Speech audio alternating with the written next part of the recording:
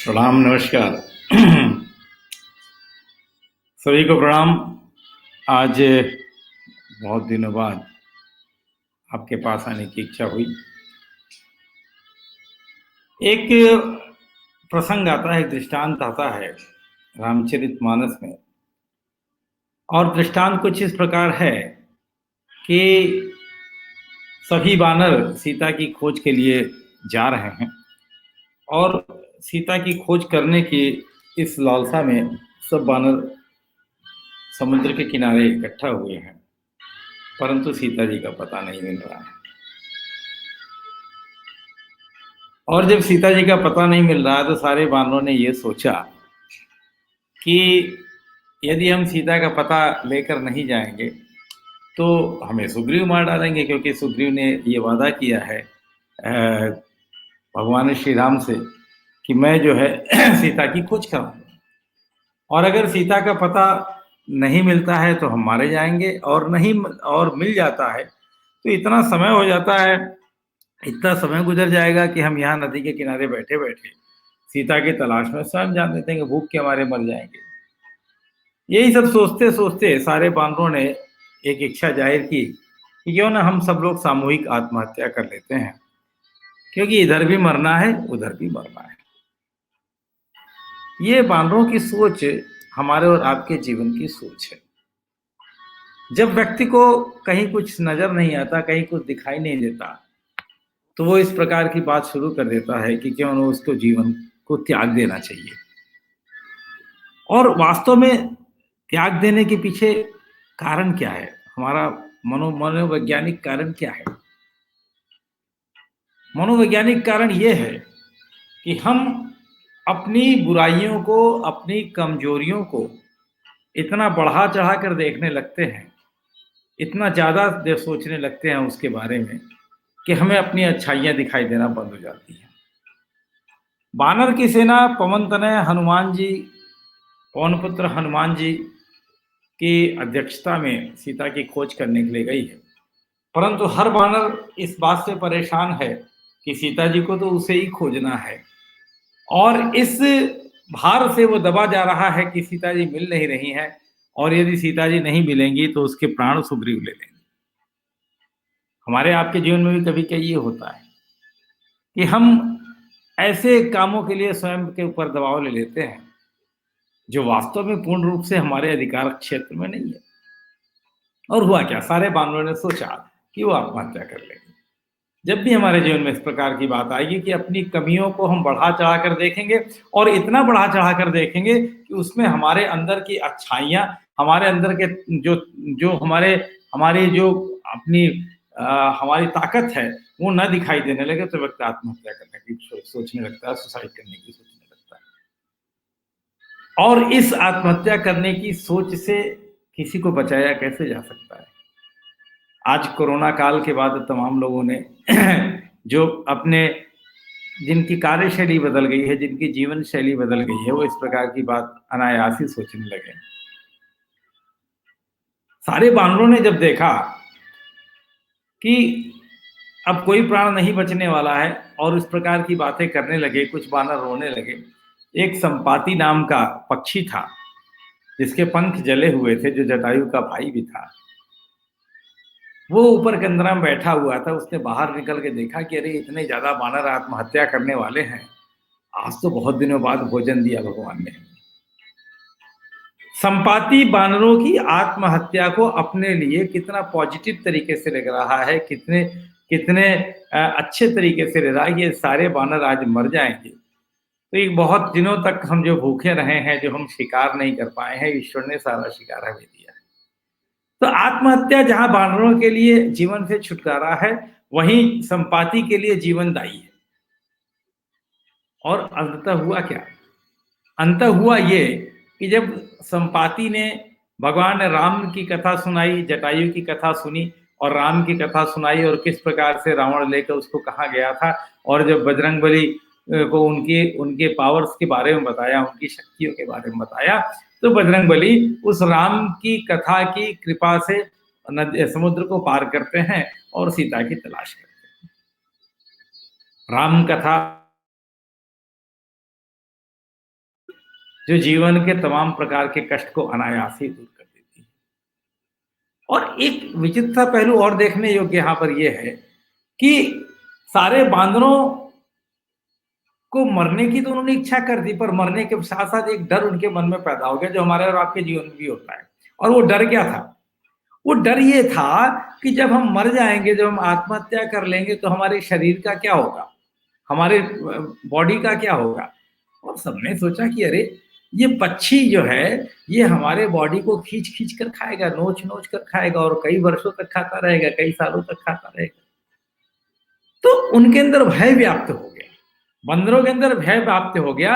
यदि हम आत्महत्या नहीं करते हैं तो हम खाए बगैर मर जाएंगे, और आत्महत्या कर लेते हैं तो ये जो संपाति ऊपर बैठा है ये कह रहा है कि उसे जीवन भर के लिए कई बार कई सालों का भोजन मिल गया। और इस बात से भी वो डर जाते हैं। जैसे जब कोई व्यक्ति आत्महत्या करने की सोचता है तो उसकी मेंटलिटी, उनकी मानसिक स्थिति क्या होती है? उसकी स्थिति ये होती है कहीं मैं बच न जाऊं, और मैं बच गया तो मेरी क्या स्थिति होगी। वो सोचता है कि आत्महत्या ऐसे तरीके से किया जाए कि मैं वास्तव में मर जाऊं और मुझे कष्ट भी कम हो। तो सुसाइडल टेंडेंसी जो हमारे जीवन में और आपके जीवन में या सबके जीवन में होती है, उसका एक पहलू ये भी है कि हम अपने आप को इतना कमजोर समझने लगते हैं कि एक तरफ हम जीवन से डरते हैं और दूसरी तरफ मृत्यु से डरने लगते हैं कि मर जाने पर मेरा क्या होगा, और न मरा तो क्या होगा, और ठीक से न मरा तो क्या होगा। बिल्डिंग से कूदने वाला व्यक्ति सोचता है कि टांग टूट गई और बच गया तो क्या होगा। नदी में कूदने वाला व्यक्ति सोचता है कि कहीं मैं जिंदा बच गया, कहीं मैं न डूबा तो क्या होगा। स्वयं को जलाकर खत्म करने वाला व्यक्ति ये सोचता है कि कहीं मैं अधजला रह गया तो क्या होगा। बड़ी अजीब सी परिस्थिति है। जो व्यक्ति परम पूरी शक्ति लगा करके इस बात के लिए अपने आप को तैयार करता है कि वो प्राण त्याग देगा, वही व्यक्ति उतनी ही शक्ति से ये सोचने लगता है कि अरे अगर मैं बच गया तो क्या होगा। और ये हमारे और आपके जीवन की एक असुविधा है, एक दुविधा है, और इस दुविधा से कौन दूर करता है? राम कथा दूर करती है। का संपाति ने जब जटायु का संस्कार किया, अपने भाई के बारे में सोचा सुना और तमाम प्रकार की कथा सुनाई, तो बंदरों ने इस बात को तय किया कि अब हमें आत्महत्या नहीं करनी, अब हमें सीता की खोज करनी है। एक दूसरा दृष्टांत आता है जब सीता आत्महत्या करने की सोचने लगती है। सीता ने देखा कि रावण कुछ भी कह के चला जा रहा है उसको, राम आ नहीं रहे हैं, राम उसे बचाने के लिए नहीं आ रहे हैं। तो सीता ने सोचा कि इससे अच्छा है कि राम के बगैर जीने से अच्छा है क्यों ना मैं प्राण त्याग दूं। निसिन अनल मिले सुनु सुकुमारी, तृष्णा ने कहा कि मैं मरना चाहती हूँ, मेरे लिए चिता से मारो। त्रिजटासन बोली कर जोरी, क्या कि मातु विपत्ति संगिनी तय में होरी। तजहू देह कर बेगी उपाई, दुसह बिरह अब नहीं सही जाई। कियानी काठ रचु चिता बनाई, मातु अनल पुनी। बड़ी विचित्र सी बात है। एक तरफ त्रिजटा को माँ कहती है और बेटी मानो अपने माँ से कह रही कि माँ एक चिता तैयार कर दो, उस पर मैं जिंदा जल जाना चाहती हूँ। भला ये संभव है क्या? ये माँ सीता के मानसिकता को दिखाता है। उनकी मानसिकता क्या हो गई है कि दुनिया में कोई नहीं रह गया हमारा, अब मेरे राम भी मुझे नहीं तलाश रहे हैं, वो भी मुझे लेने नहीं आ रहे हैं, रावण के सहारे मुझे छोड़ दिया गया है। इसका तात्पर्य तो ये हुआ कि मुझे मर ही जाना चाहिए। और व्यक्ति मरने की कोशिश कब करता है कि निमिष निमिष करुणा निधि जाई कलप समबी। भगवान हनुमान जी भगवान श्री राम को बता रहे हैं कि कैसी है सीता की। निमिष निमिष करुणा निधि जाई कलप समबीत। एक एक वक्त नहीं गुजर रहा है। जब व्यक्ति जीने की इच्छा छोड़ता है तो उसका वक्त नहीं गुजरता, उसका वक्त नहीं कटता, लगता है जीवन बहुत लंबा हो गया है। और जब व्यक्ति के अंदर जीने की इच्छा होती है तो उसे लगता है कि समय बहुत कम है, कैसे सारा कुछ कर लूंगा, कैसे जीऊंगा। तो इस प्रकार की जब हम अपनी कमियों को बहुत ज़्यादा बढ़ा चढ़ा के कल्पना उसकी करने लगते हैं, बहुत ज़्यादा बढ़ा चढ़ाकर सोचने लगते हैं। हम ये सोचने लगते हैं कि ऐसा होगा तो क्या होगा, ऐसा हो जाएगा तो क्या हो जाएगा, कुछ यूँ हो गया तो क्या हो गया, जो आपकी कल्पना से परे है, जो आपकी कल्पना कल्पना आपकी एकमात्र कल्पना है कि जीवन में बहुत कुछ खराब होने वाला है, बहुत कुछ अच्छा नहीं होने वाला है। और सीता जी के साथ क्या था कि पियहिय की सिय जान निहारी, सीता जी तो भगवान श्री राम के हृदय को जानती थी। तो क्या उनको नहीं पता था कि राम उनकी तलाश में लगे हुए हैं? क्या उनको नहीं पता था कि राम ने किसी ने किसी को भेजा होगा उनकी तलाश के लिए?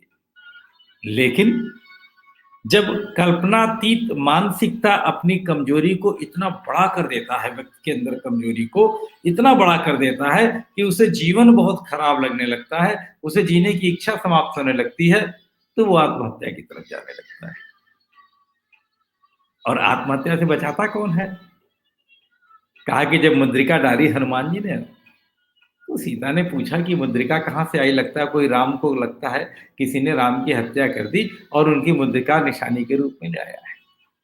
जिस मुद्रिका को बड़े ही प्यार से हनुमान जी ने सीता को निशानी के रूप में दिया, सीता की मानसिकता ये कहती है कि ये मुद्रिका तो कोई बना नहीं सकता। इस मुद्रिका को देखने से ऐसा लगता है कि राम की हत्या होती है। माया ते असी रची नहीं जाई, सीता मन विचार करना ना, मधुर बचन बोले हो हनुमान। और हनुमान जी ने किया क्या कि रामचंद्र गुण बरने लागा, सुन तहि सीता कर दुख भागा, सुन तहि सीता। जो ही भगवान राम की कथा, भगवान राम का वर्णन करने लगे कि राम कैसे जंगल में आए, राम कैसे बानरों से मिले, राम कैसे हमसे मिले, त्यों ही सीता का दुख भागना शुरू हो गया। और जहां सीता का कोई नहीं था, वहां सीता ने देखा कि एक छोटा सा बानर हमारे सामने, उस बानर को पुत्र कह बैठी।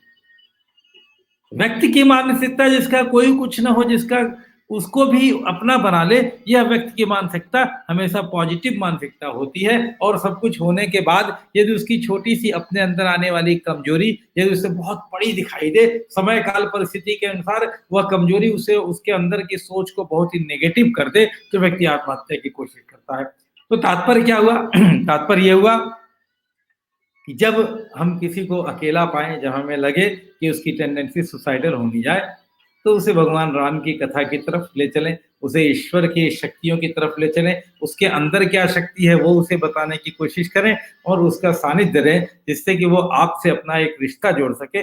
भले ही आप उसके कुछ ना हो, परंतु जिस दिन वो आपसे रिश्ता जोड़ने की कोशिश करने लगेगा, तो उसके अंदर की जो कल्पनातीत उसका कष्ट है वो दूर होने लगेगा। और इस तरह किसी एक व्यक्ति को हम उसके जीवन के प्रति जो नेगेटिव सोच होती है उससे हम बचा सकते हैं। और वास्तव में ऐसा यदि किसी एक व्यक्ति के साथ आपने कर दिया ना, तो जीवन न सिर्फ आपको सार्थकता देगा, परंतु आपके अंदर इतनी खुशी देगा कि आप स्वयं कभी इस बारे में कभी नहीं सोचेंगे, क्योंकि आप स्वयं इसके प्रति इतने परिचित हो जाएंगे इस मानसिक व्यवस्था से कि आपके अंदर इस प्रकार के मानसिक अविकार कभी नहीं आएंगे।